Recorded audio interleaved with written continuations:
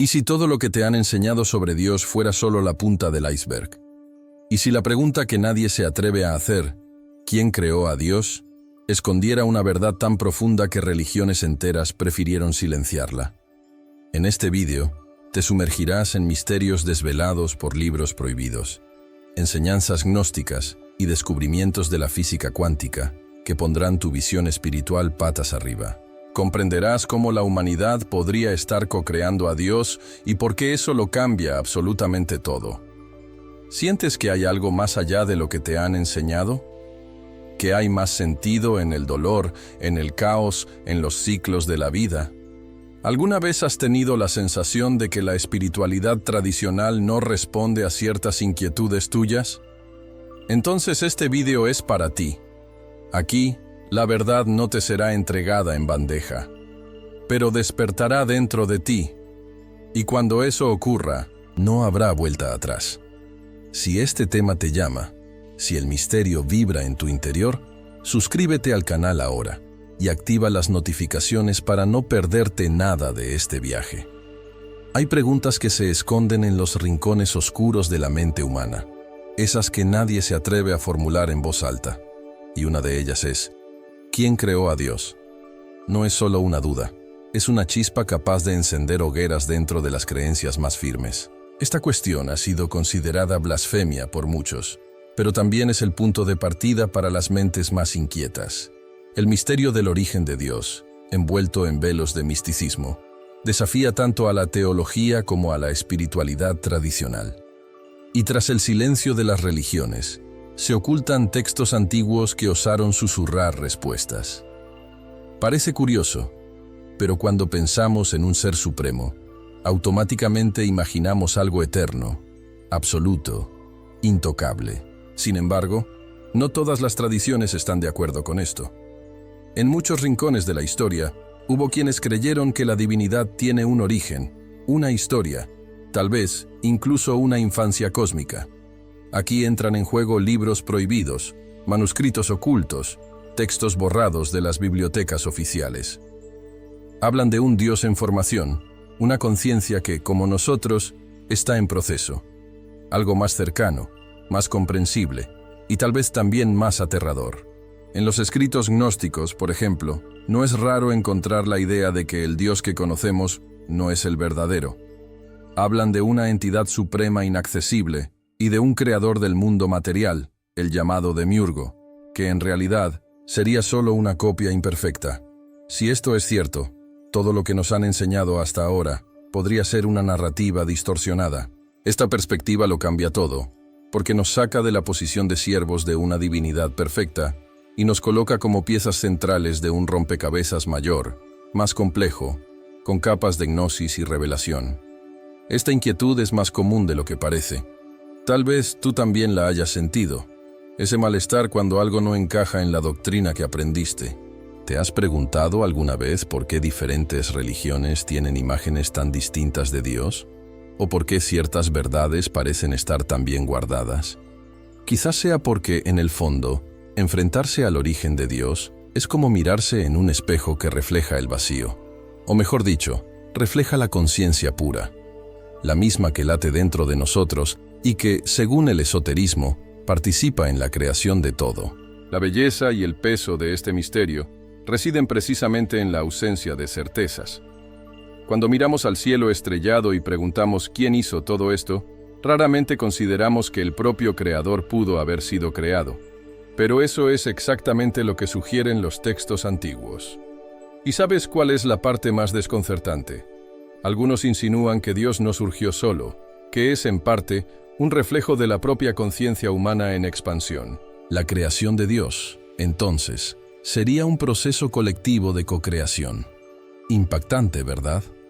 Por eso, no se trata solo de descubrir quién creó a Dios. Se trata de descubrir en qué se está convirtiendo.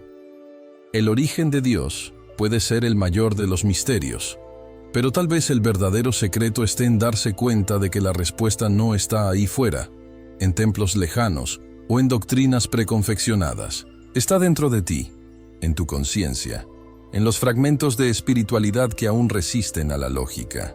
Y cuando empiezas a buscar esto con sinceridad, te das cuenta de que tal vez la evolución divina no esté separada de nosotros, sino que crece junto a nosotros, paso a paso, elección tras elección. Los antiguos intentaron responder a esa pregunta sin nombre, ese vacío que susurra en el fondo del alma. Si todo tiene una causa, ¿quién causó la causa? Aristóteles, con su mente afilada como una cuchilla de bronce, propuso un concepto revolucionario para su época: el motor inmóvil. Un principio que mueve todo sin ser movido, algo que da inicio al universo sin haber sido iniciado. El origen de Dios, en este caso, no sería algo físico, sino una necesidad lógica. Pero fíjate bien, ¿esto responde o solo esquiva la pregunta? La teología medieval abrazó esta idea con sofisticación y temor. Tomás de Aquino, por ejemplo, tradujo el pensamiento griego al vocabulario cristiano. Para él, Dios sería un ser necesario, aquel que existe por sí mismo y no depende de nada. Esta noción se convirtió en un pilar en la construcción del pensamiento cristiano occidental. Sin embargo, observa, incluso con toda esta lógica impecable, la cuestión de la creación de Dios sigue en el aire, como una brisa que ondea, pero nadie ve. Es como si los grandes maestros de la teología dijeran: mira, esa pregunta existe, pero dejémosla en un rincón. Y está bien, porque durante siglos esto funcionó. La gente no estaba preparada para lidiar con la idea de un Dios en transformación. Pero hoy, con el acceso a textos antiguos, con el renacimiento del esoterismo y con la espiritualidad mezclándose con la física cuántica, este muro empieza a resquebrajarse. La gnosis vuelve a la superficie. Y lo que antes era herejía, ahora es filosofía de vanguardia. El origen de Dios no es solo un tema para libros de teología. Habita en nuestro día a día, aunque no lo percibamos. Cuando miras al mundo y sientes que algo no tiene sentido, ese vacío ante una tragedia o el éxtasis en momentos de pura belleza, es como si tu alma buscara esa respuesta silenciosa. Y en este punto, el hermetismo ofrece una pista. Como es arriba, es abajo. Lo que está en el cielo refleja lo que está en nosotros. Tal vez por eso buscamos tanto la creación de Dios, porque en el fondo queremos entender la nuestra propia. Es fascinante pensar que, para Aristóteles, todo necesita una causa, excepto ese motor inicial. Pero, ¿quién dice que no tiene causa? ¿Y si fuera una causa diferente, que no encaja en las leyes de la materia? La física cuántica habla de partículas que surgen de la nada, del colapso de la función de onda cuando hay conciencia. Entonces, ¿será que esa nada cuántica tiene algo que ver con el misterio de la divinidad? ¿Será que estamos mirando al punto omega antes incluso de reconocerlo? En definitiva, tal vez no se trate solo de saber si Dios fue creado o no. Tal vez lo que realmente importa es entender cómo esa divinidad, que algunos llaman conciencia suprema, otros el uno y otros puro misterio, se revela de forma diferente a lo largo de los tiempos, culturas y corazones. Porque si la revelación es continua, entonces lo divino también lo es. Y si es continuo, está en movimiento. Y si está en movimiento, bueno, ya sabes a dónde puede llevarnos esto. Dentro de los laberintos del gnosticismo, surge una idea que lo invierte todo. El Dios que creó el mundo no es el verdadero. Sí, has leído bien. Para los gnósticos hay un ser supremo, incomprensible, puro, absoluto, pero no es el arquitecto de este universo físico. Quien moldeó la materia, según estos textos antiguos, fue el demiurgo, una conciencia limitada que cree ser Dios, pero no lo es. Esto trastoca completamente la teología tradicional y al mismo tiempo nos invita a mirar hacia arriba con más desconfianza y curiosidad. El demiurgo actúa como un programador que olvidó que existe un código mayor. Crea, manda, establece reglas, pero todo desde un nivel inferior de conciencia. Y lo más intrigante, lo hace pensando que está en la cima. Los gnósticos lo veían como una entidad engañadora que ofrece la ilusión de la espiritualidad mientras mantiene a la humanidad atrapada en la materia. Es como si la verdadera espiritualidad fuera un código secreto que solo se revela a quien osa romper con el sistema. Una invitación a la gnosis, a la revelación oculta. No es de extrañar que esta visión no sea cómoda. Imagina crecer creyendo en un Dios amoroso y de repente encontrar textos antiguos que dicen que ese Dios podría ser solo una copia defectuosa del original. El misticismo gnóstico no viene para complacer, viene para despertar.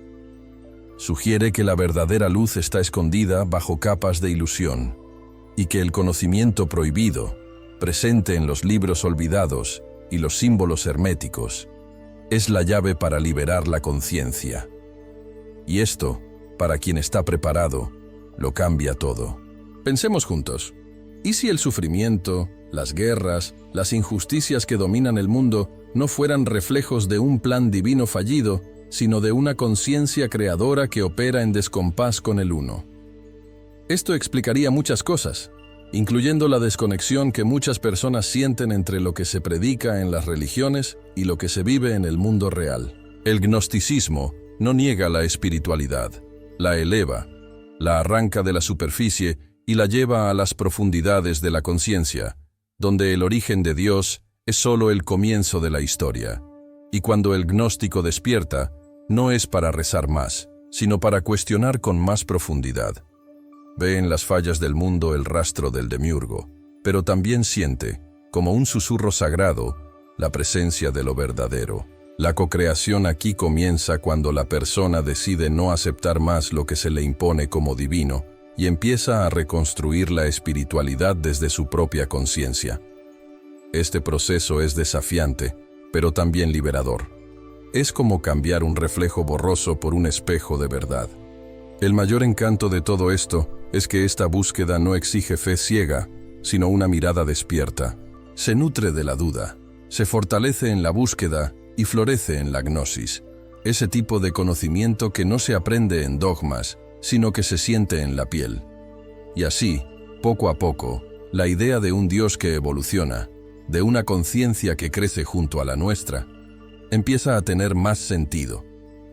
Porque si el creador del mundo no es el creador de todo, entonces, ¿qué más nos han ocultado?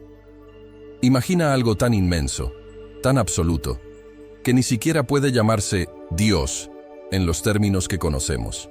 El uno, según tradiciones antiguas y corrientes esotéricas profundas, es más que una divinidad.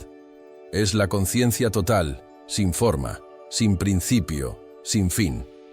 No tiene nombre porque todo nombre sería una limitación.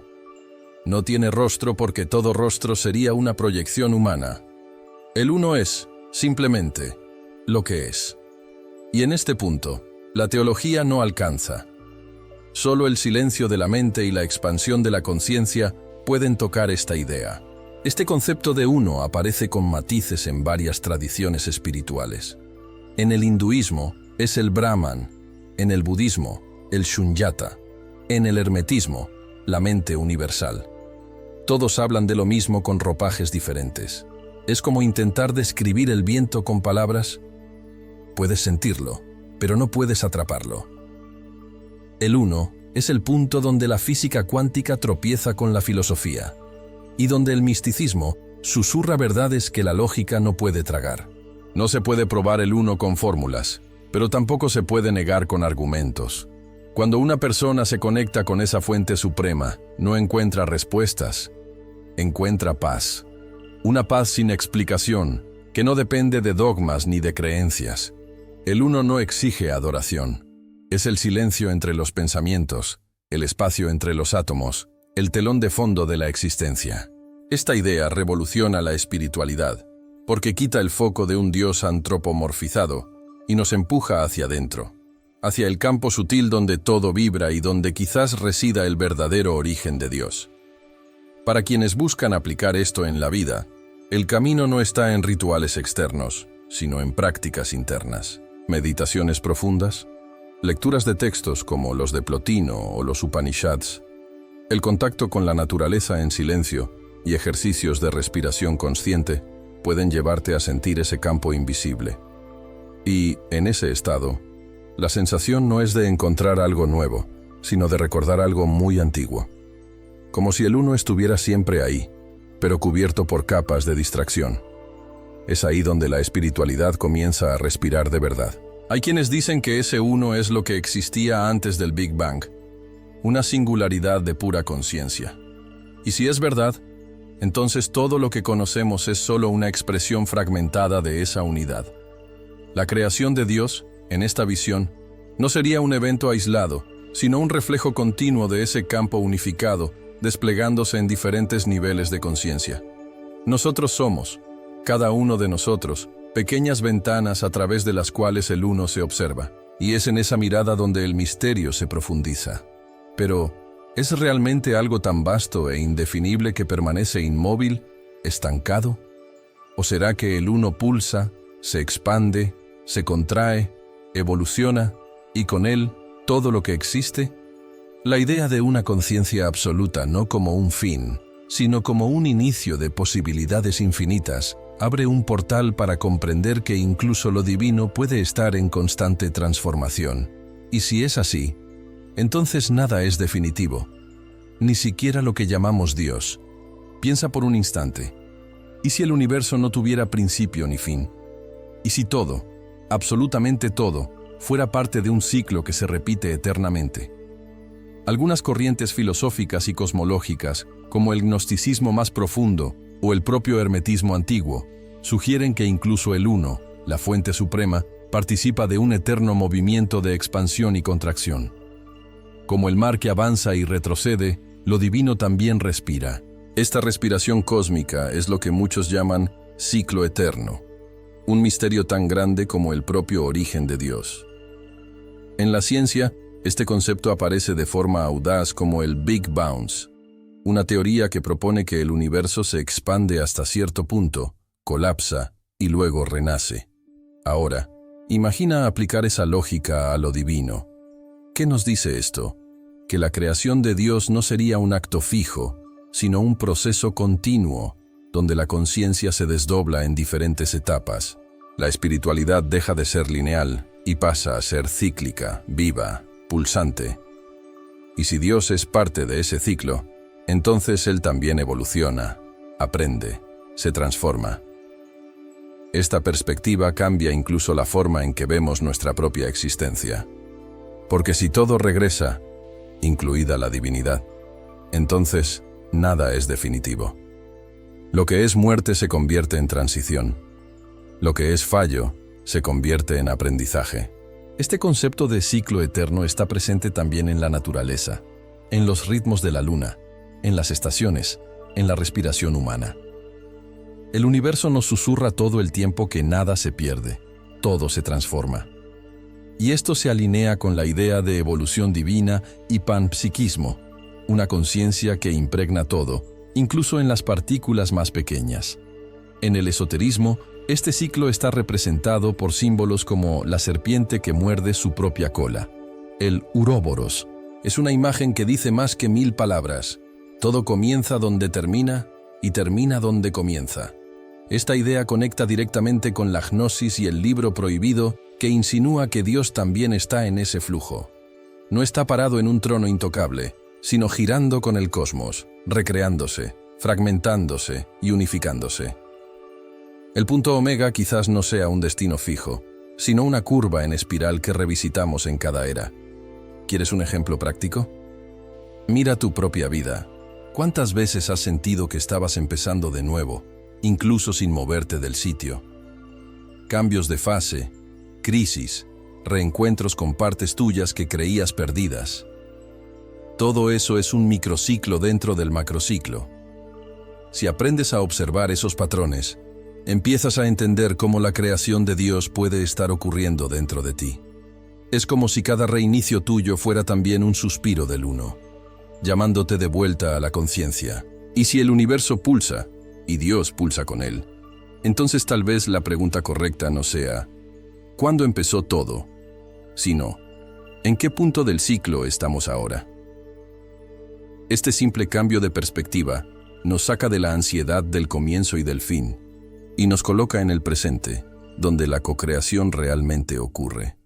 porque en este instante, aquí, ahora, tal vez estemos, todos juntos, ayudando a moldear la próxima forma que lo divino asumirá. Existen libros que fueron borrados de la historia, no porque estuvieran equivocados, sino porque osaron decir aquello que nadie quería escuchar. Uno de esos libros, un verdadero libro prohibido, propone una idea radical. Dios no es eterno, al menos no de la forma en que lo imaginamos. Según ese texto, Él está en construcción. No surgió completo, sino que se está desarrollando como una conciencia en expansión, un proceso vivo, dinámico. Esta visión derriba los cimientos de la teología tradicional y da paso a un nuevo tipo de espiritualidad, más fluida, más honesta, más inquieta. En este contexto, el origen de Dios se convierte en un viaje, no en un punto fijo. Dios no sería una entidad lista que habita algún cielo lejano, sino una fuerza en gestación, creciendo con el cosmos, evolucionando con la propia existencia. Esto explica por qué tantas veces la imagen que tenemos de Dios parece limitada, incompleta o incluso contradictoria. Porque tal vez lo sea.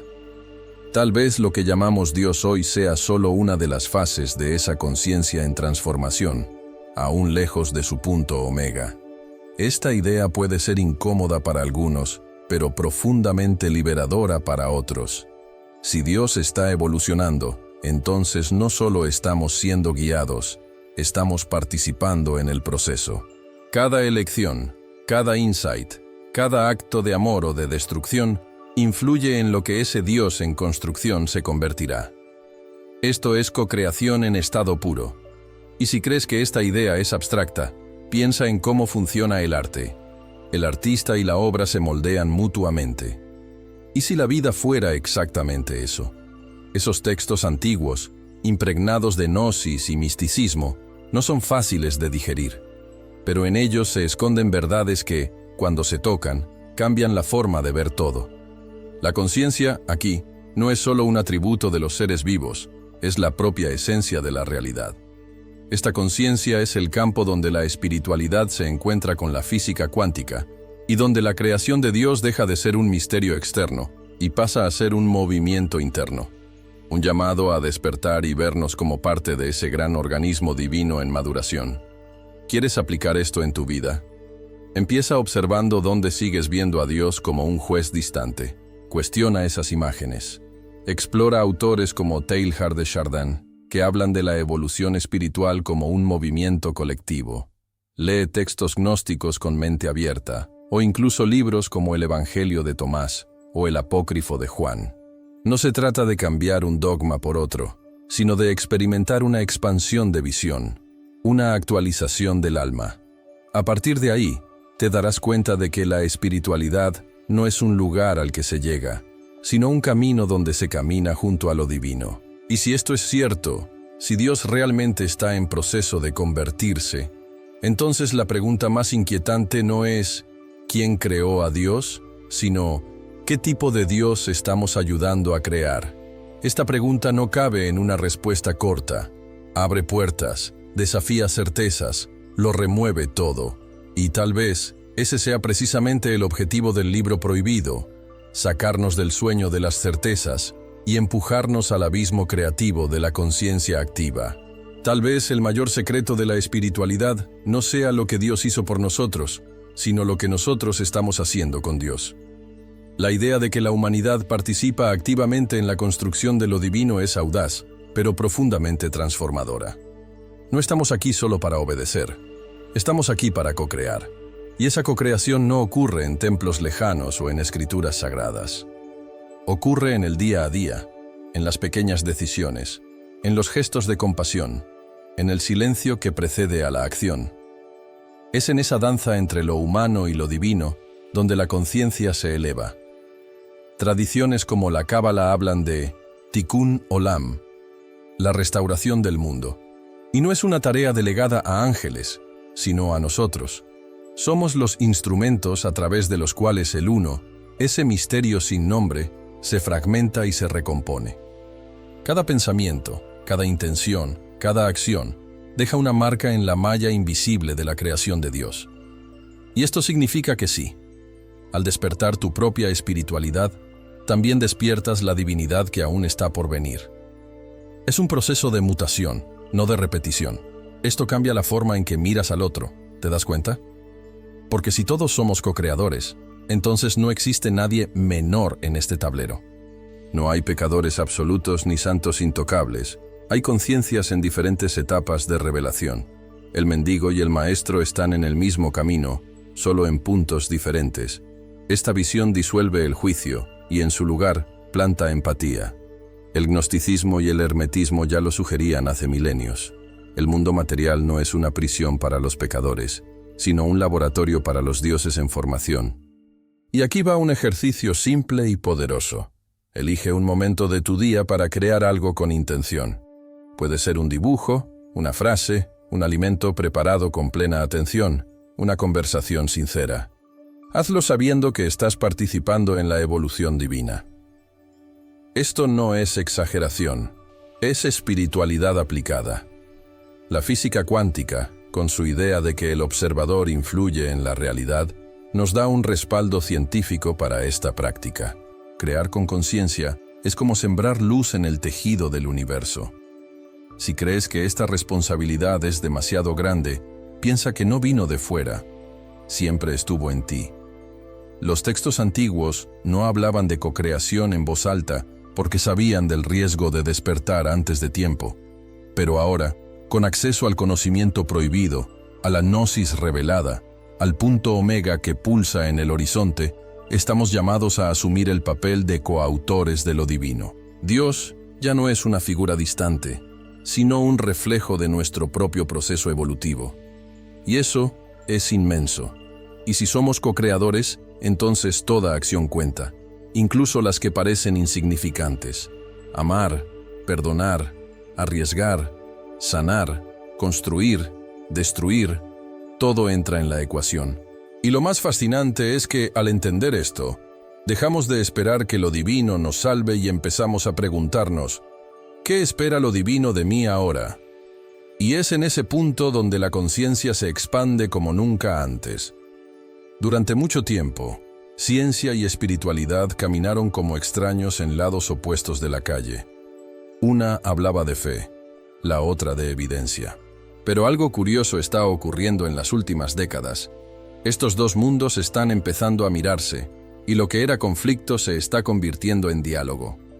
Cuando la física cuántica señala que la conciencia del observador altera la realidad, toca una verdad antigua, escondida en los textos gnósticos y en el hermetismo. La realidad no es un escenario fijo, es una creación en tiempo real, moldeada por quien la percibe. Es como si la ciencia estuviera, poco a poco, redescubriendo lo que los antiguos maestros del esoterismo ya sabían. La teoría del universo holográfico, por ejemplo, sugiere que todo lo que existe en el macro está codificado en el micro. Exactamente como es arriba, es abajo. Esto no es solo poético, es matemáticamente plausible. Y si es así, la conciencia humana puede ser el punto donde el misterio del origen de Dios comienza a revelarse de manera medible. Sí, medible, aunque aún con más preguntas que respuestas. Este punto de encuentro entre espiritualidad y ciencia abre una nueva forma de pensar. ¿Y si estamos participando activamente en la creación de Dios sin siquiera darnos cuenta? Cada nuevo descubrimiento, cada salto de percepción, cada despertar colectivo, es un ladrillo en esa construcción invisible. El punto omega, en este sentido, sería menos un destino y más una convergencia. El momento en que mente, espíritu y materia se alinean. Un estado de unidad donde la evolución divina se funde con el avance humano. Ahora que entiendes que la creación de Dios puede estar ocurriendo a través de ti, ¿qué vas a hacer con ese poder? ¿Seguirás viviendo en automático o empezarás a actuar con conciencia, sabiendo que cada elección ayuda a moldear lo divino? La responsabilidad es grande, pero la oportunidad es aún mayor. Comenta aquí qué te ha impactado más. Comparte este vídeo con quien necesite despertar. Y no olvides, suscríbete al canal y activa la campanita para seguir sumergiéndote en este conocimiento oculto que transforma vidas.